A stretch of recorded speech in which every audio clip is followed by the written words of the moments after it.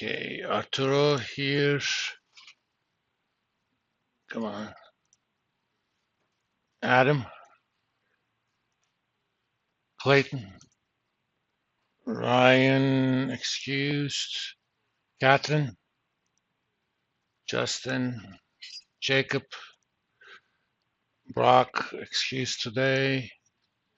So is Clancy, Conley, Caleb, excused. Copeland, Colton, let me see. Okay. Hayden, Graceland, Hunter is excused. Andrew, Savannah is excused. So is Looney, Massey here. Princess, Namovich, Patel, now Emma, the other Emma, Camden, Smith is excused. Sublets here. Charles Bronson excused. Oh, then, oh, that's a different one. Okay. And Weicker here. All right. Apparently, Easter break was long for people. I have interesting excuses. Somebody had a diarrhea. Somebody currently in the hometown seems to be having car trouble.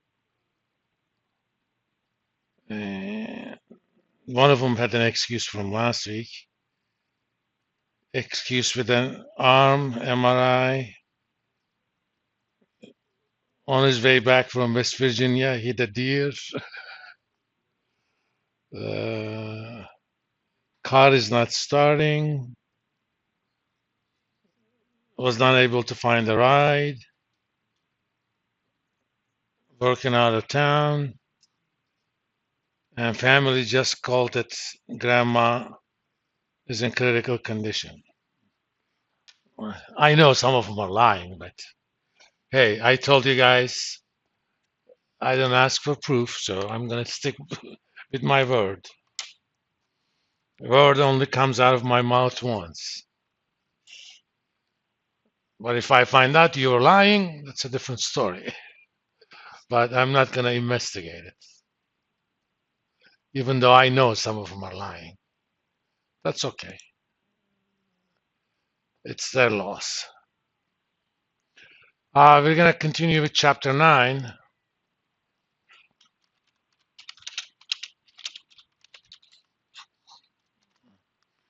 We kind of talked about what's relevant and what's not relevant for capital budgeting purposes.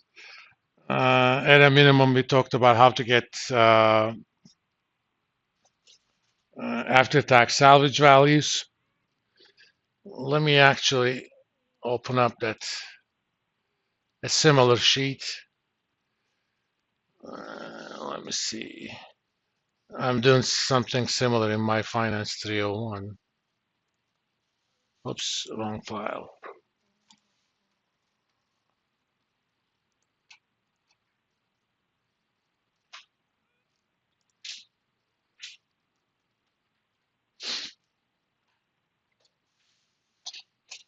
No, this is the wrong file as well. Well, I also feel lazy a little bit.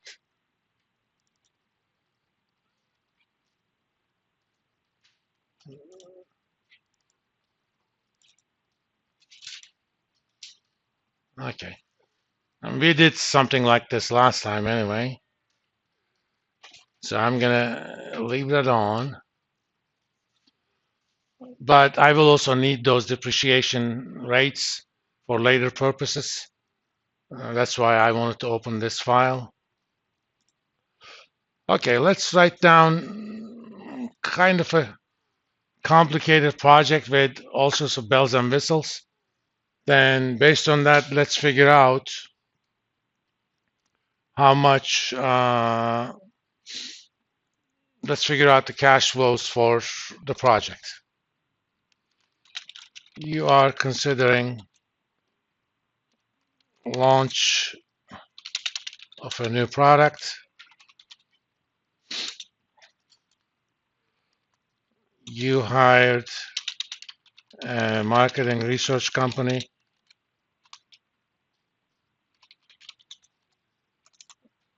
to estimate what would annual sales look like and prices you can charge,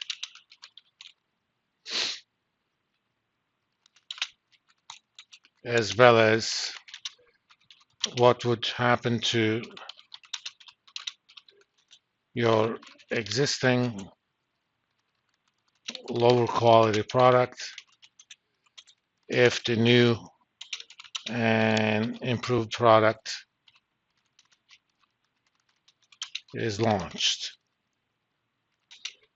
And this costs you $1 million. Now let's make it $100,000. In order to make the new product, you will use a piece of land company already owns, purchased 10 years ago for 10 million,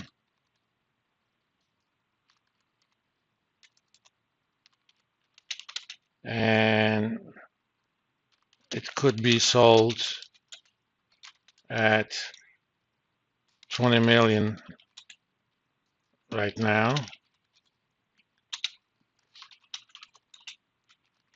It will cost you to build, it would cost you 30 million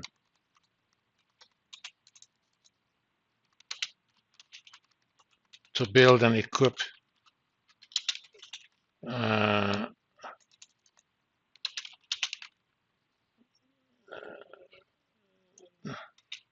the new factory.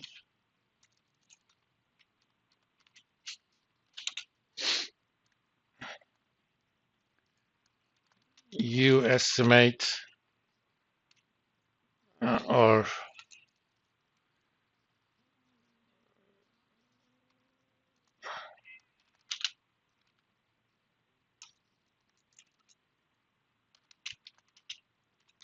of these, the building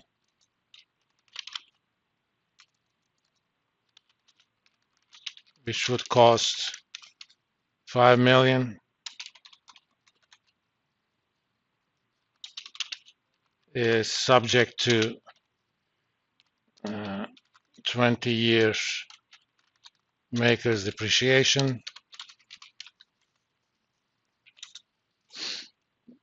and the equipment is subject to 7 years maker's depreciation.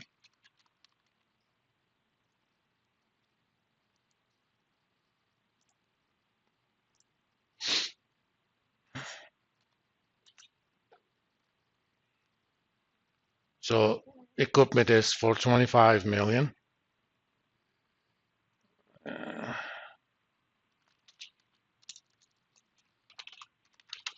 Project has a useful life of 5 years.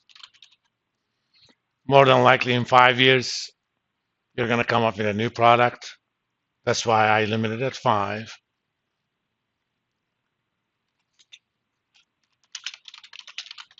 The first year, you estimate that you could sell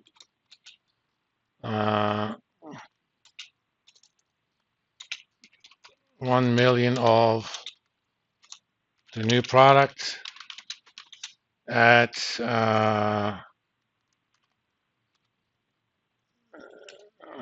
let's see, $15 per piece,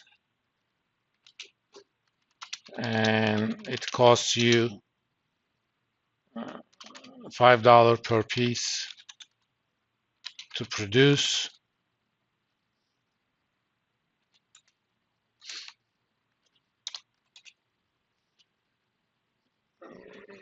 You estimate that you will lose 5 million units of sales, not 5 million, I'm sorry,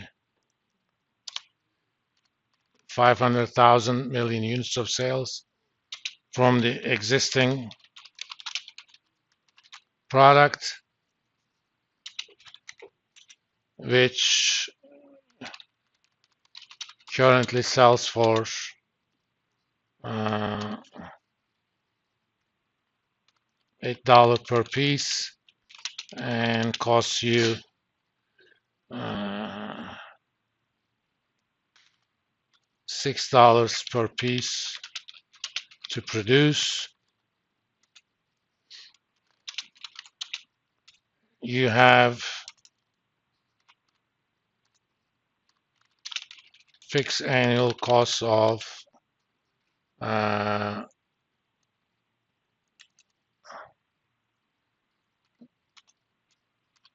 $300,000, independent of how much you produce. You know, just keeping the lights on, maintenance, and that sort of stuff. So whether you produce 1 million or 0, you still have to pay for gas, right? Or water or what have you. You know, somebody has to clean those latrines. For those of you who never been to military, latrine means what? Bathroom.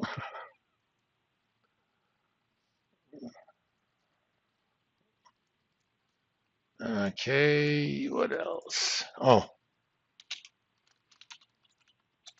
you need to have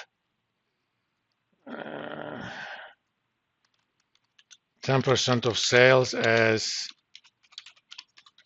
inventory ahead of time every year, and 15% of the sales as accounts receivable.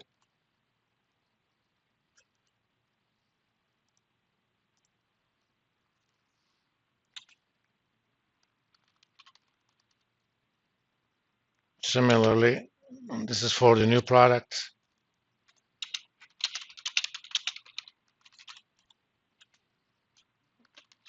Similarly, for the existing product, these ratios are 5% and 10%.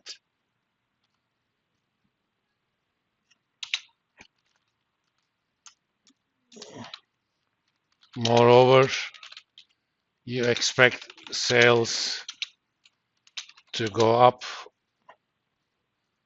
sales of new product,